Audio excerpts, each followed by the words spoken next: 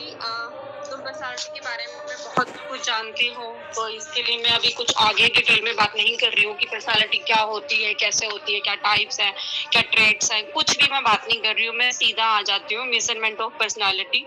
हम अपनी पर्सनालिटी का मेजरमेंट किस तरीके से कर सकते हैं?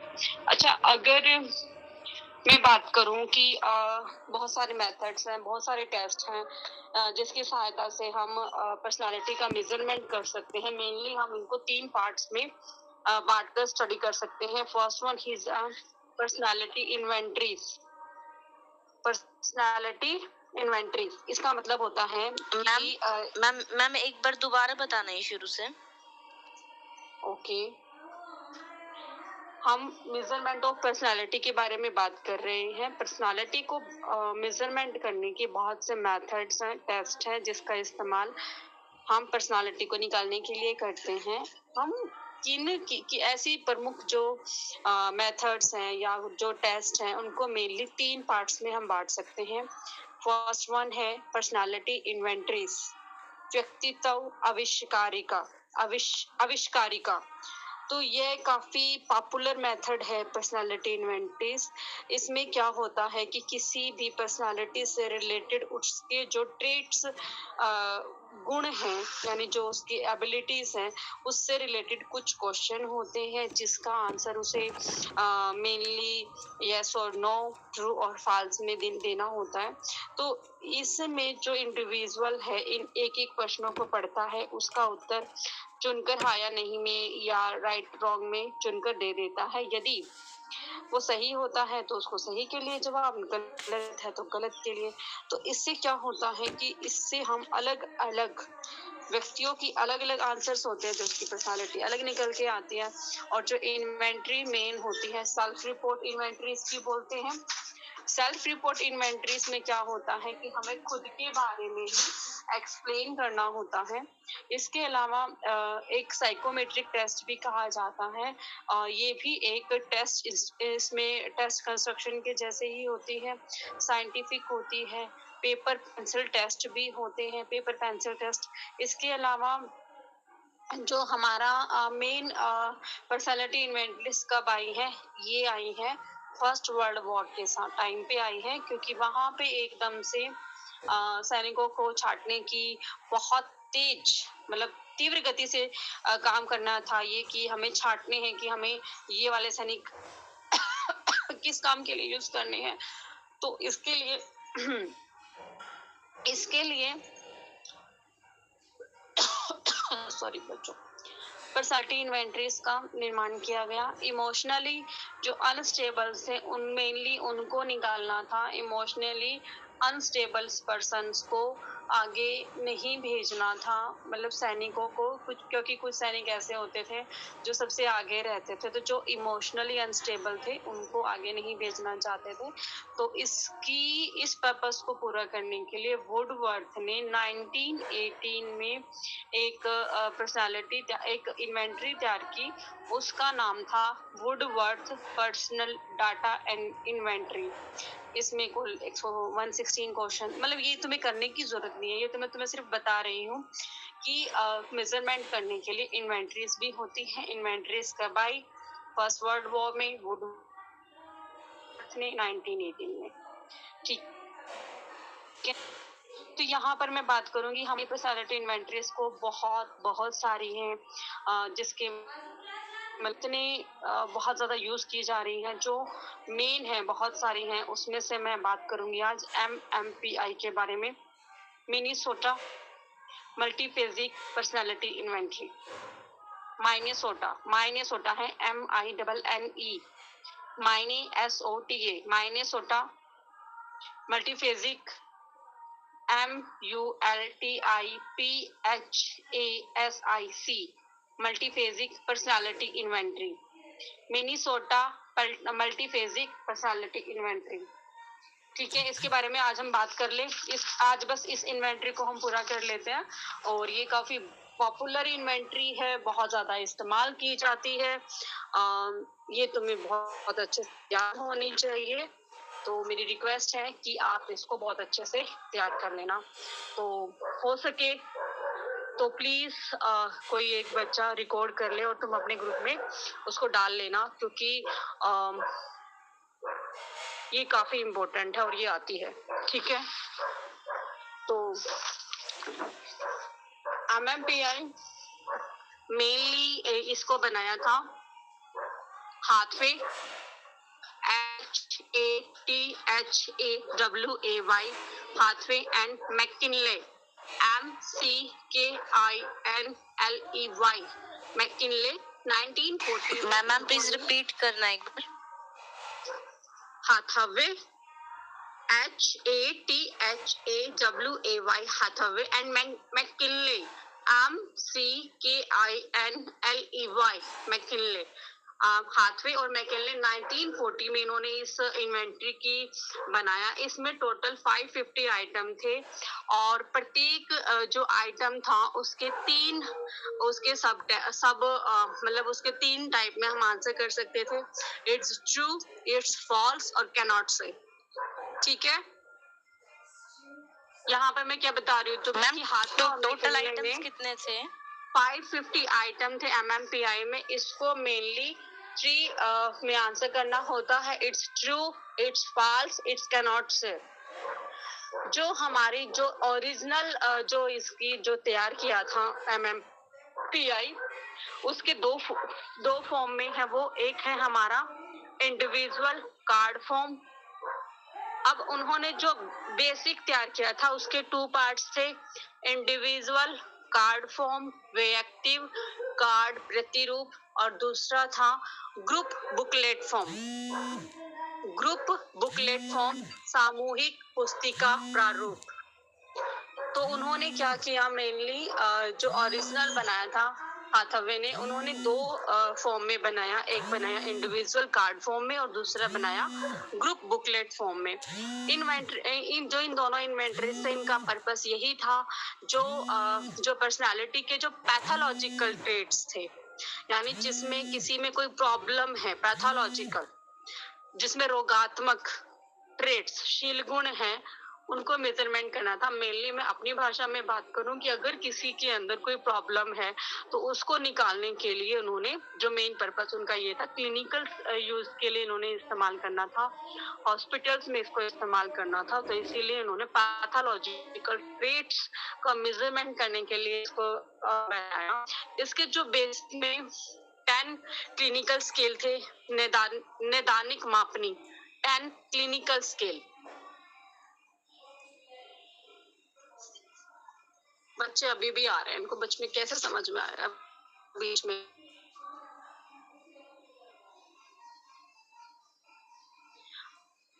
ओके, मैं कहाँ थी बच्चों?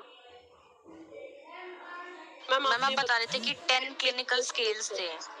हाँ, ओके ओके ओके। इसमें 10 क्लिनिकल स्केल्स हैं और इसमें 4 वैलिडिटी स्केल हैं।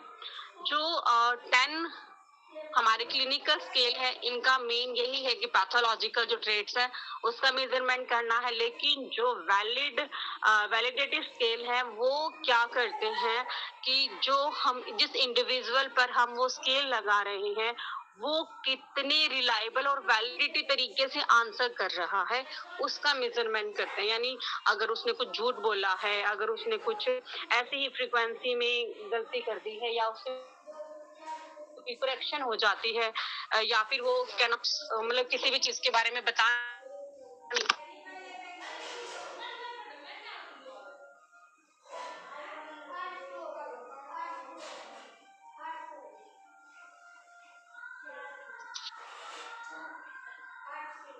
मैम आपकी आवाज नहीं आ रही।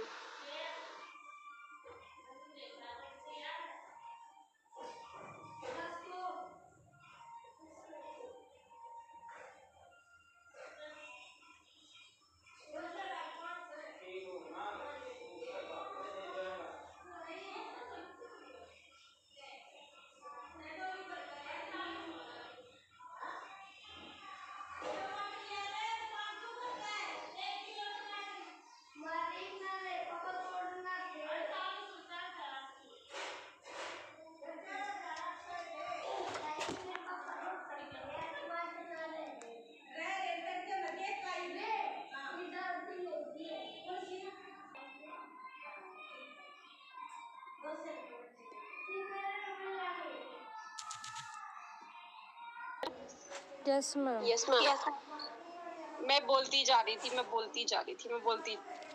मुझे पता ही नहीं था कि मेरी मीटिंग खत्म हो चुकी है। ओके, कहाँ तक थे जहाँ तक तुम्हें आवाज आ रही थी? मैम आप बता रहे थे कि वैलिडिटी स्केल को हम वैलिडिटी स्केल से मेजर करते हैं कि कितने रिलायबल और वैलिड रिजल्ट्स दिए गए हैं सब्जेक्ट के थ्रू। ओके, ठीक है। फिर उसके बाद क्या हुआ है, MMPI को दोबारा से रिवाइज किया गया और उसको सबसे पहले उसको MMPI 1 and then second one MMPI 2 के नाम से भी जाना जाता है। जो ये जितने भी रिवाइज हमारे जो हुए हैं MMPI 2 सबसे ज्यादा पॉपुलर है, बहुत ज्यादा इस्तेमाल किया जाता है। इसको रिवाइज किया है बूचर ने, BUTCHER, बूचर। और उनके बहुत सारे फ्रेंड्स थे, उनके नाम है, लिखने की जरूरत नहीं है लेकिन मैं तुम्हें बता देती हूँ, तुम बस ये लिख देना कि बूचर एंड हिज फ्रेंड्स। लेकिन उनके नाम थे डहाला स्ट्रॉम, ग्राहम, टेलीगेन और क्लेमनर। उन्होंने 1989 में इसका संशोधन किया था, रिवाइज किया था MMPI 2 को, और जो काफी पॉपुलर है। और इन्होंने जो क्लिनिकल स्केल्स में जो आइटम्स लिए, तो क्या मैं तुम्हें बता नहीं, मतलब पूरे डिटेल में नहीं बता, मतलब लिखना नहीं है लेकिन मैं तुम्हें बता देती हूँ कि मैम ये आप जो आपने बताया अभी कि ये रिवाइज किया गया था, कौन सी ईयर में रिवाइज किए गए थे बूचर और उसके इसको 1989 में बूचर एंड हिज फ्रेंड्स 1989 में उन्होंने इसको रिवाइज किया। और उन्होंने जो आइटम्स को बांटे, जनरल हेल्थ के लिए उन्होंने 9 आइटम्स लिए, जनरल न्यूरोलॉजिकल के लिए 19 आइटम्स लिए, क्रेनियल नर्व्स के लिए 11, मोबिलिटी एंड कोऑर्डिनेशन यानी गति और जिसमें कुछ एडजस्टमेंट हो उसके लिए 6 आइटम लिए, सेंसिटिविटी के लिए 5 लिए, वैसोमोटर के लिए, वैसोमोटर जिसमें हमारे अंदर जो वाहिकाएं होती है उसमें कितनी ठीक है उसके लिए 10, फिर उसके लिए कार्डियो रिस्पिरेटरी यानी हमारी दिल और हमारे सांस लेने के लिए जो जितने भी उससे रिलेटेड जो क्वेश्चन थे वो 5 थे, गैस्ट्रो यानी जिसमें हमारी पेट की जो शामिल चीजें हैं उसके लिए 6 आइटम थे, जेनेटो यूरिनरी यानी हमारे जो जेनिटल हमारे जो पार्ट्स हैं उसके लिए 6 आइटम्स लिए, हैबिट्स के लिए 20 आइटम्स लिए, फैमिली एंड मैरिटल के लिए 29, ऑक्यूपेशनल के लिए 18, एजुकेशनल के लिए 12, सेक्सुअल के लिए 19, रिलीजियस के लिए 20, पॉलिटिकल एटीट्यूड्स के लिए 36, सोशल एटीट्यूड्स के लिए 72, इफेक्ट एंड डिप्रेशन के लिए 32, ओबेशन एंड कंपल्सिव, ओबेशन यानी और कंपल्सिव ये एक तरीके से हमारी साइकोलॉजिकल प्रॉब्लम्स है कि हमें कुछ मानसिक प्रॉब्लम होती है, ओबेशन एंड कंपल्सिव, वो 15 आइटम्स हैं। फिर इसके अलावा हमें डिल्यूजन हो रहे हैं, भ्रांत हो रहे हैं किसी भी चीज का या फिर इल्यूजन हो रहा है, उसके 31 आइटम्स है। फोबिया यानी हमें किसी भी बिना किसी चीज का डर, मतलब अकारण डर, बिना किसी रीजन के डर लगता है उसे फोबिया बोलते हैं। पानी से डर, ऊंचाई से डर, किसी भी चीज से अगर डर लगता है, छिपकली से अगर दूर से 20 फुट दूर छिपकली दिख रही है फिर भी आप डर रहे हो, कांप रहे हो, it's phobia. 29 items. Sadistic 7 items, इसमें सैडिस्टिक का मतलब क्या होता है कि दूसरों को नुकसान पहुंचाना, दूसरों को दर्द देना, उससे रिलेटेड 7 आइटम्स है। Moral 33 items. Effect and manic, effect या मैनिक यानी हमारे अंदर कौन से इमोशन आते हैं, या मैनिक मैं किसी भी चीज को लेकर कितनी मैनिक हो पा रही हूँ, कितनी मुझ में उन्माद हो रही है उस चीज के लिए, तो उससे रिलेटेड 24 आइटम्स हैं। और अदर आइटम्स में 15। टोटल उन्होंने इस तरीके से 550 आइटम्स को शामिल किया था। और अब मैं जो MMPI 2 में जो 10 क्लिनिकल स्केल्स है और 4 वैलिडिटी स्केल्स है उसको मैं डिटेल में अब आपसे बात करने वाली हूँ। तो जो हमारे क्लिनिकल स्केल है उसमें फर्स्ट वन है हमारा कॉन्ट्राइसिस। मैम ये ऐड करना है जो एग्जाम में ये ऐड करना है, सिर्फ ये मतलब जो अभी आप बोल रहे हो ये जरूर लिखने हैं। 10 क्लिनिकल स्केल और 4 वैलिडिटी स्केल। जो मैंने आइटम्स बताए ना कौन कौन से एरिया जो तुम्हें याद रहेंगे ना वो लिख देना, 10 याद रहेंगे, क्योंकि 25 बताए हैं मैंने, तो 10 तो पक्का ही याद रहेंगे। आइटम्स याद करने की जरूरत नहीं है कि कितने आइटम, लेकिन आप ये कर ला कि हाँ sexual, religious, political, social, effect, या फिर पहले पहले जनरल हेल्थ के बारे में बात की, फिर उन्होंने हमारे इंटरनल पार्ट्स के बारे में बात की, जैसे हमारे क्रेनियल नर्व्स है, या फिर हमारी सेंसिटिविटी है, वेसोमीटर है, कार्डियो है, गैस्ट्रो है, जेनिटो है, फिर हमारी हैबिट्स, फिर वो एक समाज के प्रति आ गए, family, marital, occupational, educational, sexual, religious, political, social, effect, फिर हमारे साइकोलॉजिकल प्रॉब्लम की तरफ आ गए कि डिप्रेशन है, ऑपरेशन है, डिल्यूजन है, फोबिया है, सैडिस्टिक है, इफेक्ट है, या अदर आइटम्स है। तो इस तरीके से अगर तुम याद करोगे ना तो वो याद रह जाएंगे। पहले जनरल पार्ट्स, फिर हमारे बॉडी के internal parts, and the third one, hold करना बच्चों एक बार।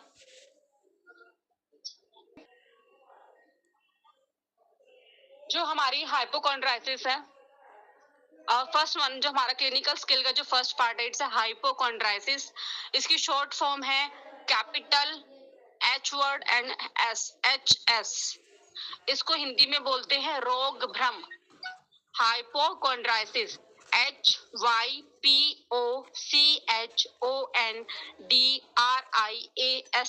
हाइपोकॉन्ड्राइसिस, जिसको बोलते हैं रोग भ्रम। इसमें आपको ये भी याद करना है कि कितने आइटम्स करने हैं, क्लिनिकल स्किल्स में कितने कितने आइटम्स दिए थे। तो यहाँ पर जो हाइपोकॉन्ड्राइसिस रोग भ्रम में उन्होंने टोटल 32 आइटम्स लिए हैं। इसके द्वारा क्या होता है कि हमारी जितनी भी भ्रम से संबंधित जितने भी हमें प्रॉब्लम्स है उसको शामिल किया जाता है। इसमें इंसान की उसकी अपने फिजिकल हेल्थ के बारे में, फिजिकल वर्क कितना कर रहा है उसके बारे में, अगर वो जरूरत से ज्यादा चिंता कर रहा है, अभिव्यक्त कर रहा है या दर्शा रहा है कि मुझे बहुत ज्यादा अपनी फिजिकल हेल्थ और वर्क को लेकर चिंता है, तो ये हमारे कौन से एरिया के क्वेश्चन है, हाइपोकॉन्ड्राइसिस की शॉर्ट फॉर्म है HS। टोटल 32 आइटम्स हैं इसमें। सेकंड वन है हमारा डिप्रेशन। मैम प्लीज ये रिपीट कर दो, हाइपोकॉन्ड्रियासिस। इसमें टोटल 32 आइटम्स हैं। इसमें हम फिजिकल हेल्थ और जो हमारा रिलेटेड वर्क है उससे संबंधित अगर हम आवश्यकता से ज्यादा अगर चिंता कर रहे हैं तो उससे रिलेटेड ये क्वेश्चंस होते हैं। ठीक है। सेकंड वन है हमारा डिप्रेशन, शॉर्ट फॉर्म है इसकी कैपिटल वर्ड D, और हिंदी में इसको बोलते हैं विवाद। जो हमारा इसमें जो हमारा क्लिनिकल स्केल है इसमें टोटल 57 आइटम्स हैं, जिसमें क्या होता है कि हमारी इमोशनल अगर डिस्टॉर्शन आ रहा है, यानी हमारी भावात्मक भावों में अगर कोई विकृति आ रही है, कोई कमी आ रही है, या अफेक्टिव डिसऑर्डर हो रहा है, तो इससे संबंधित इंसान को मतलब उदासी हो सकती है, उसकी एनर्जी में कमी हो सकती है, उसका इंटरेस्ट, या फिर मतलब उसको किसी भी चीज में अगर इंटरेस्ट में कमी आ रही है तो उससे रिलेटेड क्वेश्चन होते हैं डिप्रेशन में। थर्ड है हमारा जो क्लिनिकल स्केल है वो है conversion hysteria. Conversion hysteria, CONVERSION, hysteria, HYSTERIA, short form है HY। इसके टोटल 60 आइटम्स हैं। इसके द्वारा जो हमारे मैम कन्वर्जन हिस्टीरिया की शॉर्ट फॉर्म है HY। कन्वर्जन हिस्टीरिया की शॉर्ट फॉर्म है। मैम फिर आपने हाइपोकॉन्ड्रियासिस की भी HY बताई थी। HS, hypochondriasis. Okay ma'am. HY बताया क्या मैंने? No ma'am, HS। Okay. Conversion hysteria की HY है। तो इसमें टोटल 60 आइटम्स हैं। इसमें क्या होता है कि हमारी अगर जो हमारा पेशेंट है या इंडिविजुअल है, अगर उसको मेंटली अफेक्ट हो रहा है, अगर उसको कोई मानसिक संघर्ष है उसकी जिंदगी, या वो कोई ना कोई अगर उसे किसी चीज की एंजाइटी हो रही है, चिंता हो रही है, तो उसको दूर करने के लिए अगर वो कोई फिजिकल साइन पैदा कर लेता है, कोई फिजिकल सिम्टम्स पैदा कर लेता है, शारीरिक लक्षण कि उसको अंदर से कोई दूसरी चिंता है लेकिन शारीरिक तौर पे कोई दूसरा लक्षण अगर वो पैदा कर लेता है, विकसित कर लेता है, तो इस तरीके के जो आइटम्स हैं वो कन्वर्जन हिस्टीरिया में उन्होंने शामिल किए हैं। फोर्थ वन है हमारा psychopathic deviate. PSYCHOPATHIC, psychopathic deviate, DEVIATE, PD इसकी शॉर्ट फॉर्म है, साइकोपैथिक डेविएट PD। इसको हिंदी में बोलते हैं मनोविकृति विचलन, साइकोपैथिक मनोविकृति डेविएट विचलन, शॉर्ट फॉर्म है PD। मतलब जो फर्स्ट वर्ड है वो हम कैपिटल लिखेंगे, लेकिन जो सेकंड वर्ड है उसको हम हमेशा शॉर्ट फॉर्म में या स्मॉल लेटर्स में लिखना। अच्छा, इसमें क्या है बच्चों, इसमें टोटल 50 आइटम्स हैं। इसमें ये इंडिविजुअल के सोशल एंड मोरल नॉर्म्स की अगर वो अवहेलना करता है या उनसे मतलब दूर होता है, या फिर कोई पनिशमेंट या फिर किसी भी हमारे जो एक्सपीरियंस है उससे कुछ भी ना सीखने की कोई प्रवृत्ति अगर वो रख रहा है, तो इस तरीके के जो क्वेश्चंस होते हैं वो हमारे साइकोपैथिक डेविएट में है। नेक्स्ट है हमारा, मैम प्लीज ये साइकोपैथिक डेविएट रिपीट कर दो। क्या तुम में से कोई भी इसको मतलब रिकॉर्ड नहीं कर रहा है क्या? जी मैम, रिकॉर्ड कौन कर रहा है? मैं। खुशबू कर रही हो ना, तो आप अपना ग्रुप है उसमें डाल लेना, ठीक है? ऋषिका दोबारा वहां से सुन लेना। ओके क्या बोलूं, दोबारा बोलूं? बोल देती हूँ। साइकोपैथिक डेविएट, इसमें टोटल 50 आइटम्स हैं। इसमें इंसान की सोशल और मॉरल नॉर्म्स में अगर वो कोई कमी करके आ रहा है या उसमें कुछ कमियां आ रही हैं, अवहेलना कर रहा है, या फिर उसके अंदर कुछ ऐसे एटीट्यूड्स पैदा हो रहे हैं, या फिर उसको जो पनिशमेंट एक्सपीरियंस हो रहे हैं उससे भी अगर वो कुछ नहीं सीखा, अगर मैं उसको थप्पड़ मार रही हूँ, कह रही हूँ कि ये वाला काम नहीं करना, और फिर मैं उसको जोर से कह रही हूँ तब भी उसको कुछ भी असर नहीं होता है, देन पनिशमेंट एक्सपीरियंस से कुछ न सीखने की जो प्रवृत्ति होती है उसका मेजरमेंट करने के लिए साइकोपैथिक डेविएट क्लिनिकल स्केल का इस्तेमाल किया जाता है, ठीक है? नेक्स्ट वन है हमारा मैस्कुलिनिटी, MASCULINITY, और फेमिनिटी, FEMINITY। इसकी शॉर्ट फॉर्म है MF पृष्ठव नारीत्व। इसमें टोटल 56 आइटम्स हैं। इसमें हमारे एक्सट्रीम तरीके से अगर कोई सेक्स रोल होता है उसमें, तो उसकी एटीट्यूड्स या मेजरमेंट करती है ये। यानी अगर हमारे अंदर एक्सट्रीम में फेमिनिटी आ जाती है, मैं एक फेमिनिटी से रिलेटेड हूँ, लेकिन मेरे अंदर एक्सट्रीम में अपने अपोजिट सेक्स के अगर मैं कुछ रोल प्ले करने लग जाऊं, समझ रहे हो, कि लड़कियां लड़कों के जैसा बिहेवियर करने लग जाए, या फिर कोई लड़का जरूरत से ज्यादा लड़कियों का बिहेव करना लग जाए, तो इस तरीके का अगर एक्सट्रीम कोई सेक्स रोल की जो प्रवृत्ति है उसको मापने के लिए इसका इस्तेमाल किया जाता है। टोटल 56 आइटम्स है, ठीक है? नेक्स्ट वन है हमारा पैरोनिया, PARANOIA, पैरोनिया। इसका होता है स्थिर व्यामोह, इसका हिंदी में बोलते हैं स्थिर व्यामोह। इसकी जो शॉर्ट फॉर्म है वो है PA। पैरोनिया में टोटल 40 आइटम्स हैं। इसमें व्यक्ति को कोई अबनॉर्मल बहुत ज्यादा जरूरत से ज्यादा शक करने की प्रवृत्ति है, बहुत ज्यादा पनिशमेंट, या फिर किसी तरीके की कोई गलत उसको कोई बिलीफ हो सकते हैं, या फिर कोई डिल्यूजन है किसी चीज के बारे में, या भ्रांति जिसे बोलते हैं।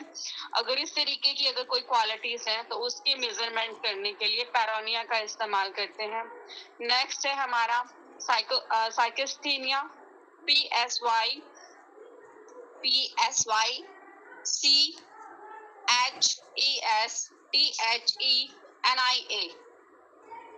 साइकोस्थीनिया।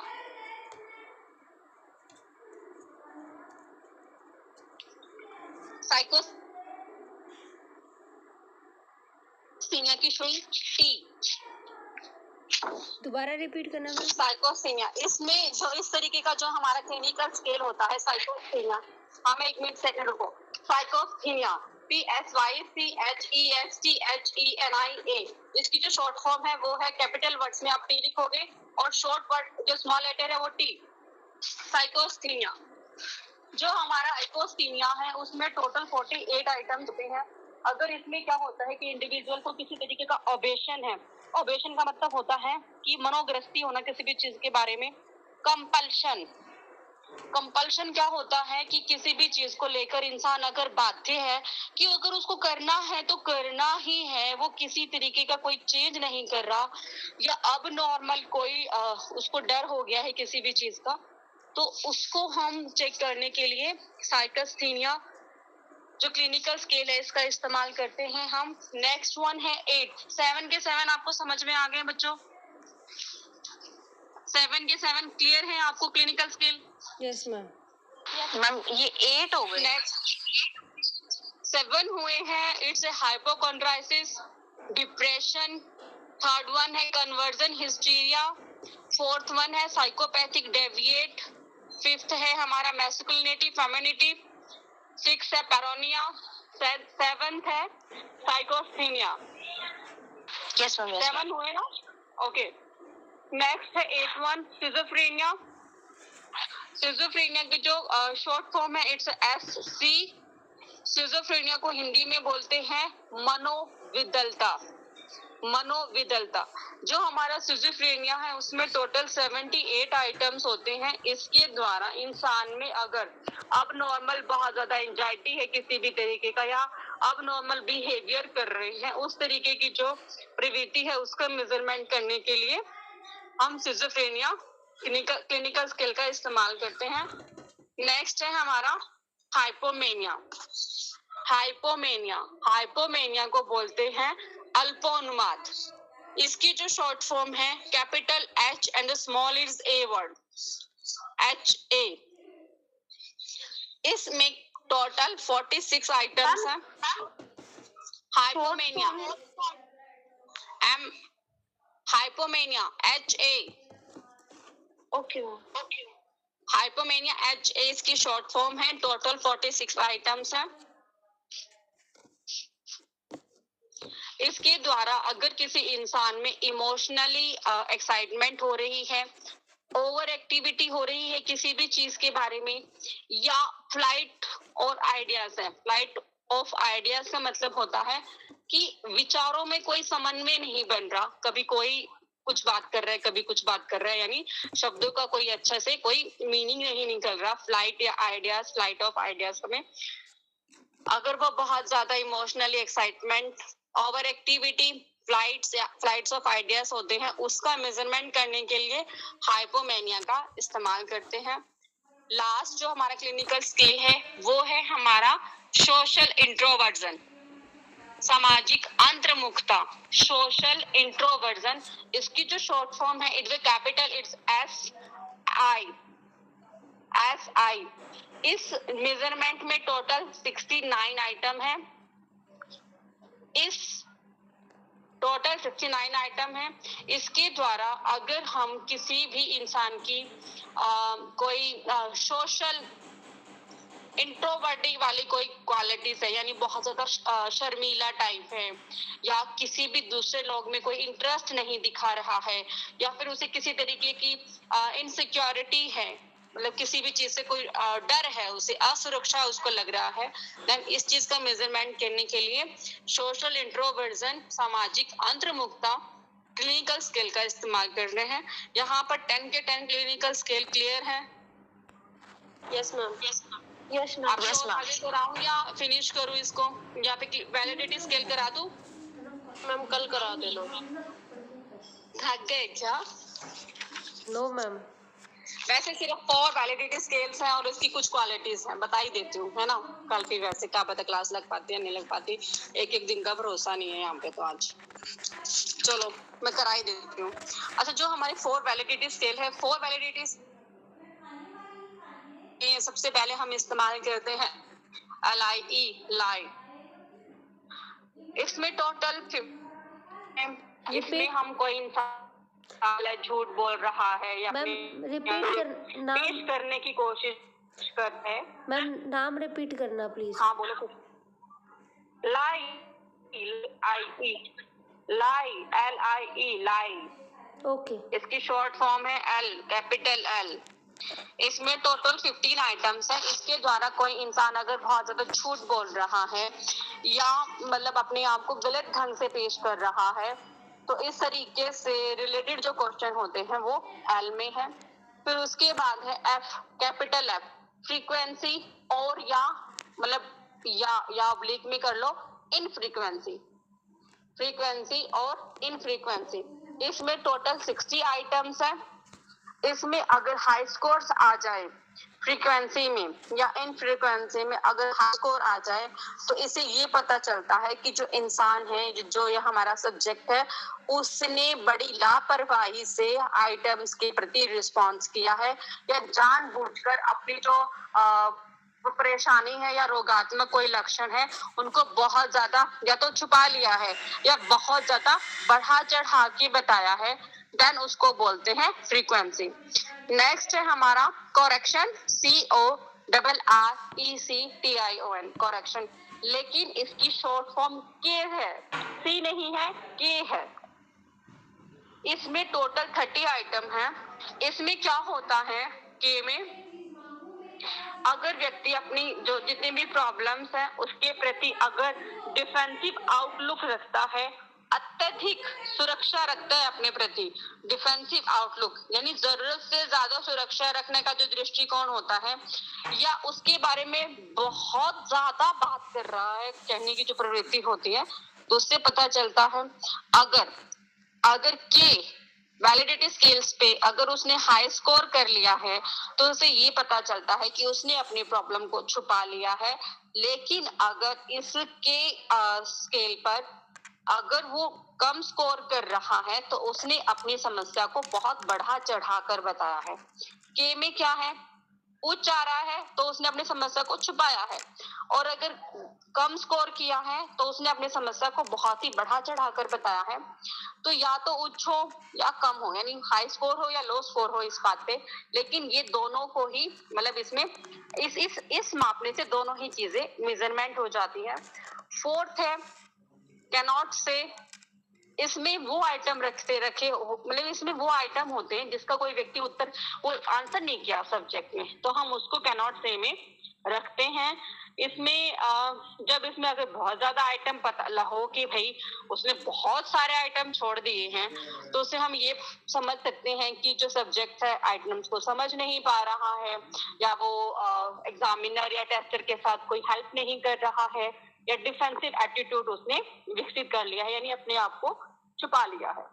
ठीक है, यस मैम। जो हमारी इसके जो MMPI है उसको जो टेस्ट रिटेस्ट मेथड के द्वारा उसकी रिलायबिलिटी निकाली गई है, जो इसकी रिलायबिलिटी है वो सब्जेक्ट पर 0.50 से लेकर 0.90 तक हमें इसकी रिलायबिलिटी मिलती है। और जो मैम एक बार ये वाला पॉइंट रिपीट कर दो। टेस्ट मेथड से अगर इसकी रिलायबिलिटी निकाली जाती है नॉर्मल इंडिविजुअल्स पर, तो उसकी जो हमारा स्कोर है 0.50 से लेकर 0.90 तक। लेकिन अगर हम इसे किसी पेशेंट्स पे यानी मेंटली पेशेंट पर अगर हम इसका इस्तेमाल कर रहे हैं, तब इसका जो रिलायबिलिटी है वो 0.52 से लेकर 0.89 तक हमें इसमें मिलता है। सबसे ज्यादा इस्तेमाल इसका अगर हमारी पर्सनालिटी अनएडजस्टमेंट है उसकी स्टडी के लिए किया जाता है, हमारे अंदर कोई मेंटली कोई विकार या मानसिक विकार पैदा हो गया है, या नॉर्मल इंसानों के लिए भी हम इसका मेजरमेंट करें। इसके अलावा इसको क्लिनिकल के अंदर बहुत ज्यादा इस्तेमाल किया जाता है। मेनली इसका इस्तेमाल मतलब हमारे क्लिनिकल स्केल में पेशेंट्स के ऊपर किया जाता है। बहुत ज्यादा चिंता, कोई भ्रम, कोई फोबिया अगर है तो ये सबसे बेस्ट मेथड है।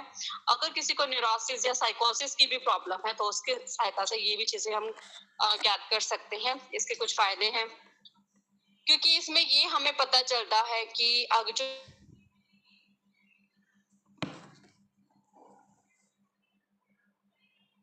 वैलिडिटी स्केल है अगर वो लापरवाही कर रहा है या बड़ा चढ़ाकर बातें कर रहा है, तो हम इससे इस मेथड से पता लगा एक ही टाइम में वो कौन कौन सी मानसिक प्रॉब्लम से पीड़ित है, तो उससे भी हम कर सकते हैं। इसकी स्ट्रिंग है वो ऑब्जेक्टिव होती है। ठीक है, यस मैम। ठीक है बच्चों। अगर वो कोई आंसर नहीं कर रहा है, टेस्ट टेकिंग एटीट्यूड का पता चल जाता है। इसमें जो हमारे क्लिनिकल एक्सपर्ट्स हैं वो जितनी भी प्रॉब्लम्स है उसके बारे में साइंटिफिक ढंग से उसको स्टडी करते हैं और अपनी उसका एक एनालिसिस अच्छे से करते हैं। स्कोरिंग में ऑब्जेक्टिविटी है, क्योंकि इसमें जो हमारे क्लिनिकल एक्सपर्ट्स हैं उसकी कोई सब्जेक्टिव इंप्रेशन नहीं आ सकती इसमें, क्योंकि अगर उसने आंसर किया है तो स्कोर है, अगर आंसर नहीं किया है तो स्कोर नहीं है। ठीक है। इसके अलावा इसकी जो अगर उसको हमें बहुत ज्यादा उसने बिहेवियर को ज्यादा दिखा दिया है तो हम इसको भी एडजस्टमेंट कर सकते हैं, मेजरमेंट कर सकते हैं। इसके अलावा अगर इसकी कुछ प्रॉब्लम्स भी है, डिसएडवांटेज भी है, अगर व्यक्ति जो हमारी पर्सनालिटी डिसऑर्डर्स है या फिर मेंटली डिसऑर्डर है, वो कुछ एक ऐसे भी टाइप्स हैं जिनका मेजरमेंट ये नहीं करता है। सभी आइटम वर्बल है, कम पढ़े लिखों पर इस्तेमाल नहीं कर सकते। अगर उनकी बुद्धि कम है, मेंटली रिटार्डेड है, उस पे इस्तेमाल नहीं कर सकते। इसमें 74 ऐसे आइटम्स हैं जो बार बार हर स्केल्स में आ रहे हैं, यानी एक से ज्यादा बार इस्तेमाल हुए हैं। ठीक है। लेकिन फिर भी MMPI 90% क्लिनिकल जो साइकेट्रिक्स हैं इसका इस्तेमाल करते हैं पर्सनालिटी को निकालने में और डिसऑर्डर को ज्ञात करने में। एक बार तुम इसको देख लेना बच्चों, अगर तुम्हें क्लियर ना हो तो दोबारा से मुझे मैसेज कर देना और प्लीज इसको प्रिपेयर करना बच्चों। चलो ठीक है, ओके बच्चों।